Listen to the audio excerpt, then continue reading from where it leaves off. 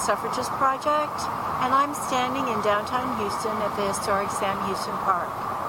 100 years ago, suffragist women came here on September 4th, 1920, when Governor Hobby declared that that date throughout Texas would be Women's Victory Day. Over 200 women performed in costumes choreographed with their children. The children were dressed in costumes representing the 36 states that ratified the 19th Amendment. 100 years ago, women again meet in this park to celebrate this accomplishment of 100 years of women being able to vote. The Houston Heritage Society has an exhibit this year celebrating this story, and on October 23rd, 2020, there was again a gathering in recognition of this Houston history. We've been here since 1954. Our original house, the Kellum Noble House, never been moved, and then these other houses have been brought in. So you're in beautiful Sam Houston Park. It was established in 1899, the first municipal park. So you're in a special, special place. Raise your hand. Betty Chapman and Rae Bryant with the sunflowers. And then I want to just quickly tell you who our committee members are. Jill Brooks, she's one of our board members. Lisa Carey, where are you? Miss Volunteer Extraordinaire. Johnny on the spot, she's been here almost every day. We have Tika gathered for a small reception, and you're welcome to stay, take pictures, celebrate, bring champagne, whatever you'd like to do. With that, I'm going to let Sally read the proclamation, and then Ray's going to talk to us for a minute. Thank you.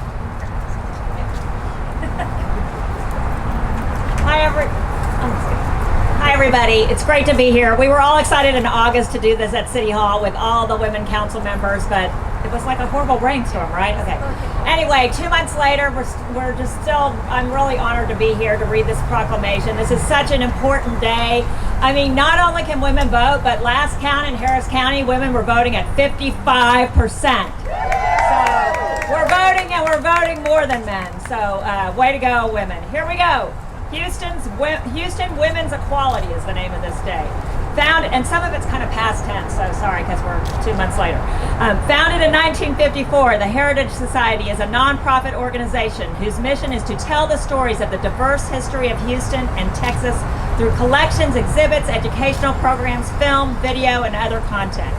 On July 16th, 2020, the Heritage Society did open an exhibit, Houston Women Cast Their Ballots, celebrating 100 years of the right to vote, in the museum gallery at Sam Houston Park that will be available for public visitation as well as online browsing. Presented in partnership with the Houston League of Women Voters and in conjunction with the Houston Public Library and University of Houston Suffrage Centennial Book Club, this suffrage celebration will continue until March 2021. The suffragists encountered many roadblocks on their journey to become voters. Yet they displayed incredible perseverance in the 72-year struggle. Through the curation by historians Betty Chapman and Ann Sloan, who I've met tonight and seen, the efforts of thousands of women in the state of Texas, especially those in Houston, will be revealed in this exclusive exhibit, as well as a comprehensive lecture series and other events. Extensive research by the Houston Genealogical Forum unearthed unprecedented information that impacted Harris County women, especially black women, and their rights in 1920. On August 26, 2020, the nation will celebrate the 100th anniversary of the ratification of the 19th Amendment of the U.S. Constitution, which gave women citizenship and the right to vote.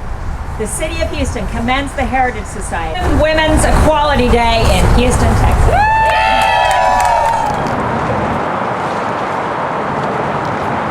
Hi, thank you. I'm going to tell you about why October 23rd for Houston women and suffragists is just as important as the August 26th. Because when women received the right to vote in August, Texas is a poll tax state. Women still had to pay to vote. And the suffragists in Houston didn't want to pay. They wanted to vote for free, so they went to court. And on this day, 100 years ago, Mary Hinckley, she's a suffragist, and she was supported by our own heroine Hortense Ward, our female attorney here in Houston, Texas, and Harris County Equal Suffragist Association. They went before Judge Harvey, and he ruled yes, they could vote for free. As it turned out, the rest of the state scrambled in Austin, and only Harris County and Waller counties were going to be able to vote for free. But we know Texas is trying to suppress the vote, particularly women's vote. So there were forces that decided they were going to work behind the scenes, and the election board circulated a secret letter that said even though women were supposed to be allowed to vote, they were going to turn them away if they hadn't paid the poll tax. The letter was leaked, and on the day before the election, November 1st, 1920, there was a second hearing. Again, Judge Harvey said any man who turned away a woman was going to be held in contempt. Now, during that week, at that second hearing, there were 12 additional suffragist organizations that scrambled, and they had a petition. We believe hundreds of women probably signed, and there were 12 plaintiffs, including men. The women were serious. In the African American community, they were mobilizing as well. They were in the churches, they taught each other how to vote, and so nobody knew what was going to happen the next day when the polls opened. And in the African American neighborhoods, already there were 100 women in line. Now the men still weren't going to give up. Over half of the polling places in Houston did not have poll workers. They were still trying to throw the election.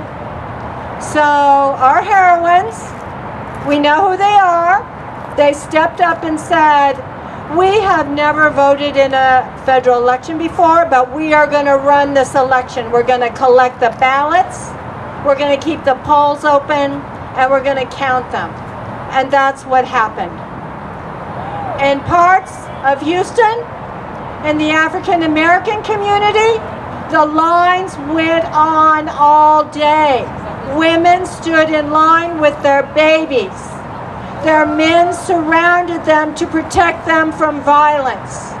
It's estimated that 14,000 Houston area women voted, and 6,000 of them were African American women. This county has a success story. This is a civil rights and human rights success story where they overcame voter suppression. That's why I think it's actually better we're celebrating today, because this is huge. Now, after the election, within a few months, the law changed, the Constitution, Texas Constitution, and women again had to pay the poll tax, which was in effect in Texas until 1966. So for 46 years after this historic election, women did not vote for free. This is the only time. It's very sobering. So I asked myself, why did the women work so hard? Why did they battle? Why did they go to court? And I believe it's because of love.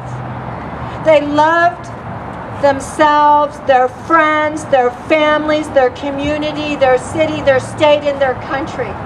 They wanted to be full citizens. They wanted to be part of the decisions about the things they cared about. And they did it. So when you vote, and maybe some of you already have, I want you to think for a moment when you stand there, our universal grandmothers from 100 years ago, and what they accomplished and what they faced. Because in addition to love, I think they had hope and they had a dream. And their dream was what was going to be the future that they wanted to shape. And that future is today, and that's us. Woohoo! That's we, women, we. And actually, that's you. That's their dream was the future, their great-granddaughters, their granddaughters, you, that you could be full citizens. So I'm going to encourage you to, I know we need to do social distancing, but please go look at the exhibit. The Houston Suffragists Project has spent thousands of hours. They will all nod. I would like to acknowledge the members who have put in their time. We have Monica Anderson. She's our data expert. We have Barbara Richards, another data expert. We have, where's Mary? We have Mary Hollis. Hey, Mary! She's been combining the data, and we have Jenny Douglas. Right now, Jenny Douglas is going through 3,600 names, finding all the maiden names. We've created a database that's available online, the Houston Suffragists Project. It explains the story we have uncovered. And we have cross-referenced 3,600 names of women who did pay the poll tax with census records, city directories, and we have all kinds of information about them. And already academics are accessing it. We're getting attention, but we believe in the South, in Texas, this is the only story that happened like this. For example, in Georgia, only one woman voted in the entire state. We have 14,000 in this town. So it's just astounding. So apparently we have a descendant of our warrior princess, Hortense Ward. Wave your umbrella, please. So thank you very much. I wanted to introduce the celebrity here. So welcome. We're so excited you're here. Even though you didn't know you were a celebrity, but you are now. Thank you all so much. That wraps up our program, unless anyone has a great desire to say any more about the project or the curators. Yes, Lisa. Oh, the colors, the lady. The what?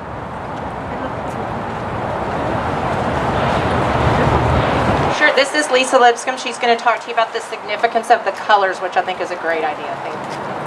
Thank you, everybody, for wearing your wonderful, wonderful sashes today. The purple, white, gold combination was used by the National Women's Party in the United States. The organization described the meaning of these colors in a newsletter published December 6, 1913. Purple is the color of loyalty, constancy to purpose, unswerving steadfastness to a cause. White, the emblem of purity, symbolized the quality of our purpose, and gold, the color of light and life, is as the torch that guides our purpose, pure and unswerving. Thank you. Thank you. Great job. And I'm just, again, I'm so honored to have gotten to know Ann and Betty and Rae. And I know they had some challenges in working in our tiny museum, and they were very patient and put up with a lot, and I'm so glad we pulled it off. And like I said, Lisa's been helping us day to day. We have Girl Scouts that, did you all know there's a suffrage badge this year? We just learned that recently. So Ann Sloan has been wonderful about coming and giving the Girl Scouts private tours. We've had other private tours. If you want to come with your friends, you can have your own private tour with Ann, and then we'll provide wine and snacks, of course. So anyway, it's a wonderful exhibit. I hope you get to see it. And now let's go celebrate.